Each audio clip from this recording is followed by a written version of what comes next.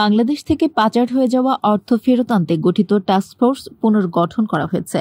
রোববার অর্থ মন্ত্রণালয়ের আর্থিক প্রতিষ্ঠান বিভাগ থেকে এ সংক্রান্ত প্রজ্ঞাপন জারি করা হয়।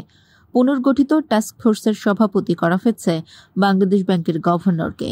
এতে সদস্য হিসেবে মনোনীত হবে পররাষ্ট্র মন্ত্রণালয়, আর্থিক প্রতিষ্ঠান বিভাগ, আইন ও বিচার বিভাগ, আইন, বিচার ও সংসদ বিষয়ক মন্ত্রণালয়, দুর্নীতি দমন কমিশন, অপরাধ তদন্ত বিভাগ, অ্যাটর্নি জেনারেলের কার্যালয়, কাস্টমস, গোয়েন্দা ও তদন্ত অধিদপ্তর, জাতীয় রাজস্ব বোর্ড এবং বাংলাদেশ ফিনান্সিয়াল ইন্টেলিজেন্স ইউনিটের একজন করে উপযুক্ত প্রতিনিধি।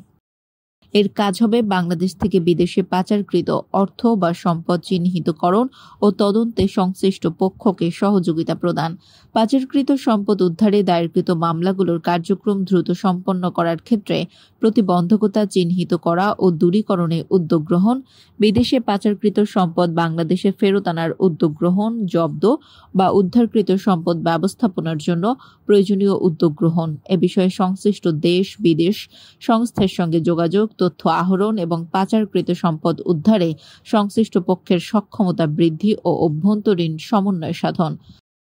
প্রজ্ঞাপনে বলা হয়েছে, টাস্কফোর্স প্রয়োজনে সরকারি বেসরকারি কোনো সদস্য কো-অপ্ট করতে পারবে এবং কোনো দেশি বিদেশি সংস্থার প্রতিনিধি বা বিশেষজ্ঞকে সভায় উপস্থিত হওয়া সহ মতামত পরামর্শ প্রদানের অনুরোধ করতে পারবে।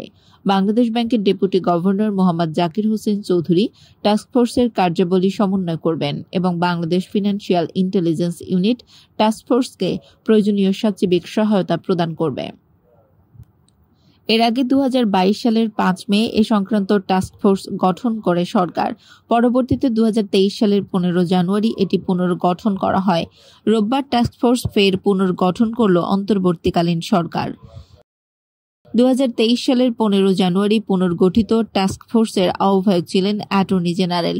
এর সদস্য ছিলেন বাংলাদেশ ফিনান্সিয়াল ইন্টেলিজেন্স ইউনিটের প্রধান কর্মকর্তা, Bangladesh security and exchange commissioner একজন কমিশনার, প্রধানমন্ত্রীর কার্যালয়ের মহাপরিচালক, দুর্নীতি দমন কমিশনের মহাপরিচালক, আর্থিক প্রতিষ্ঠান বিভাগের কেন্দ্রীয় ব্যাংক শাখার যুগ্ম সচিব, স্বরাষ্ট্র মন্ত্রণালয়ের জননিরাপত্তা বিভাগের যুগ্ম সচিব, আইন ও বিচার বিভাগ, আইন ও বিচার সংসদ বিষয়ক মন্ত্রণালয়ের যুগ্ম সচিব, জাতীয় রাজস্ব বোর্ডের সেন্ট্রাল ইন্টেলিজেন্স সেলের মহাপরিচালক, জাতীয় রাজস্ব বোর্ডের কাস্টমস, গোয়েন্দা ও তদন্ত অধিদপ্তরের মহাপরিচালক, পররাষ্ট্র মন্ত্রণালয়ের লিগ্যাল অ্যাফেয়ার্সের মহাপরিচালক, সিআইডির বিশেষ পুলিশ সুপার, বাংলাদেশ ব্যাংকের বৈদেশিক মুদ্রানীতি বিভাগের নির্বাহী পরিচালক, সদস্য সচিব ছিলেন বাংলাদেশ ফিনান্সিয়াল ইন্টেলিজেন্স ইউনিটের উপপ্রধান কর্মকর্তা।